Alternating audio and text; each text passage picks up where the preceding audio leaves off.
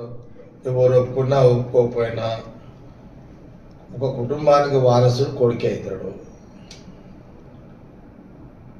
ఏ చరిత్ర కూడా కూతురు వారసురాలు అయినట్టు ఎక్కడ కూడా ఏ చరిత్ర కూడా లేదు.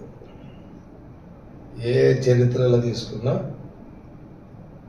కొడుకు లేని పరిస్థితిలో కూతురు వారసురాలు అవుతుంది.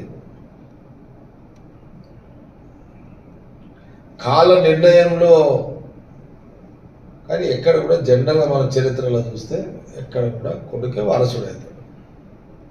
కానీ నా ప్రాబ్లం నా ఆలోచన ఏంటంటే